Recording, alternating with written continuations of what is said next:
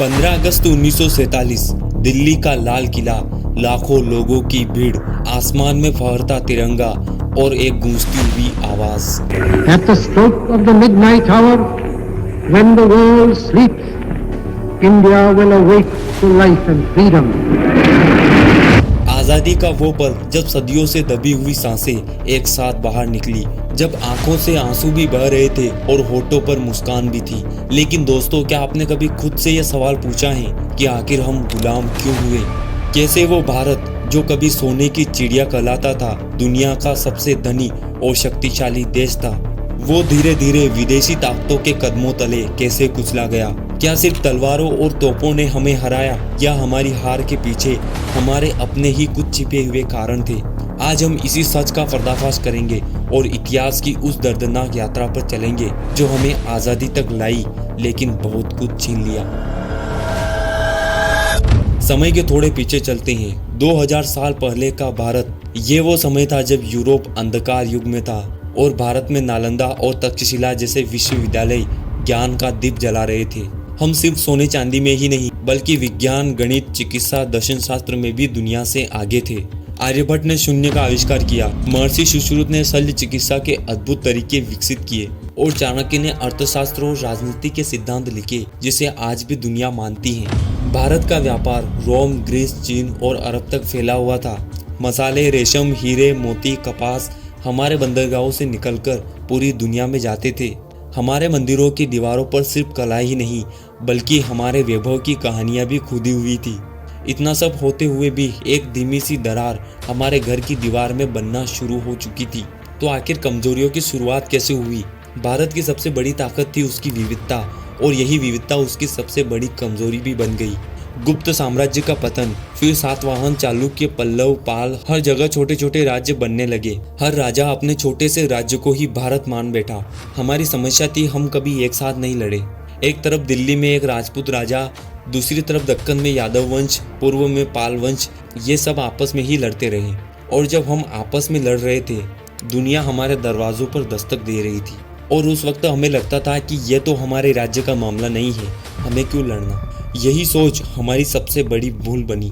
और इसके बाद विदेशी आक्रमण शुरू होने लगे। सबसे पहले 8वीं सदी में अरब आए, सिंध पर हमला हुआ, लेकिन वो पूरे भारत को जीत नहीं पाए। फिर 11वीं सदी में मोहम्मद गजनी आया, जिसने सिर्फ सोमनाथ मंदिर ही नहीं, बल्कि भारत की संपत्ति को लूटने का एक नया दरवाजा खोल दिया। उसके बाद मोहम्मद गौरी आया, जिसने तराइन के युद्ध में पृथ्वीराज चौहान को हराया। यहाँ से दिल्ली सल्तनत की नींव पड़ी। कुतुबुद्दीन ऐबक, इल्तुतमिश, अलाउद्दीन खिलजी, मोहम्मद बिन तुगलक और फिर लोदी वंश। और इनके बाद आए मुगल, बाबर, अकबर, जहांगीर, शाहजहां, औरंगजेब। मुगलों ने भारत में कई सांस्कृतिक बदलाव किए, लेकिन उन्होंने भी हमें विदेशी हुकूमत के अधीन रखा। और जैसे ही मुगल साम्राज्य कमजोर हुआ, यूरोपीय व्यापारी, पुर्तगाली, डच, फ्रांसीसी और सबसे चालाक अंग्रेज भारत के दरवाजे पर आ गए।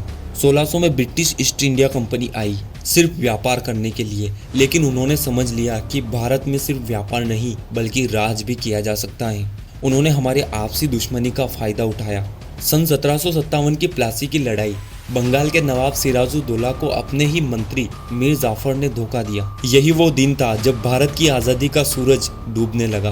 कंपनी ने धीरे धीरे भारत के राज्यों को अपने अधीन करना शुरू किया। कभी युद्ध से, कभी धोखे से। भारत की अर्थव्यवस्था को उन्होंने अपने हित में डाल दिया और हम सिर्फ अपने साम्राज्य के मजदूर बनकर रह गए। अगर हम ईमानदारी से देखें तो हमारी हार सिर्फ तलवारों से नहीं हुई, हमारी सोच से हुई। हम एक नहीं हो पाए, जाति, धर्म, भाषा और राज्य के नाम पर बंट गए। कई राजा सिर्फ अपने ताज और अपने महल की सुरक्षा में लगे रहे, भले ही उनके पड़ोसी राज्य पर हमला हो रहा हो। लालच ने हमें अंदर से खोखला कर दिया। जैसे मीर जाफर ने किया, वैसे ही और भी कई उदाहरण इतिहास में हैं। जातिवाद ने हमें इस कदर तोड़ दिया कि हम एक दूसरे को ही अपना दुश्मन मान बैठे। जब हम एक दूसरे को कमजोर करने में लग रहे थे, विदेशी हमें अपने पैरों तले दबा रहे थे। 1700 के आसपास भारत दुनिया की जीडीपी का 24% था, लेकिन 1900 आते आते ये सिर्फ 4% रह गया। अंग्रेज भारत से कच्चा माल ले जाते, इंग्लैंड में उसे तैयार करते और फिर वही चीज हमें महंगे दाम पर बेचते। हमारे हाथों द्वारा बनाए जाने वाले उद्योग, जहाज निर्माण, लोहा इस्पात, सब कुछ नष्ट कर दिया गया। भूखमरी, अकाल और गरीबी हमारी पहचान बन गई।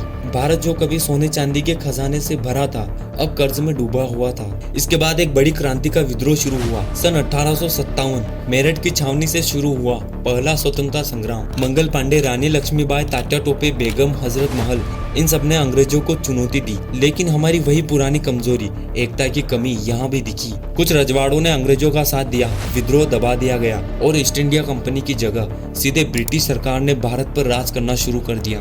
अब हम पूरी तरह ब्रिटिश राज के अधीन थे, लेकिन फिर भी हमारे क्रांतिकारियों ने हार नहीं मानी, कई विद्रोह किए और 15 अगस्त 1947 को भारत को अंग्रेजों से आजादी दिलाई। इतिहास हमें एक ही बात सिखाता है, अगर हम एक नहीं हुए तो फिर से वही इतिहास दोहराया जाएगा। हमारी ताकत हमारी एकता, शिक्षा और स्वाभिमान में है। अगर हम जाति, धर्म, भाषा के नाम पर बढ़ते रहेंगे तो हम अपनी आज़ादी खो देंगे। आज का भारत तभी सशक्त बनेगा जब भारत का हर नागरिक यह सोचे कि देश पहले, बाकी सब बाद में। आप सबको आज़ादी की ढेर सारी शुभकामनाएं। जय हिंद, जय भारत।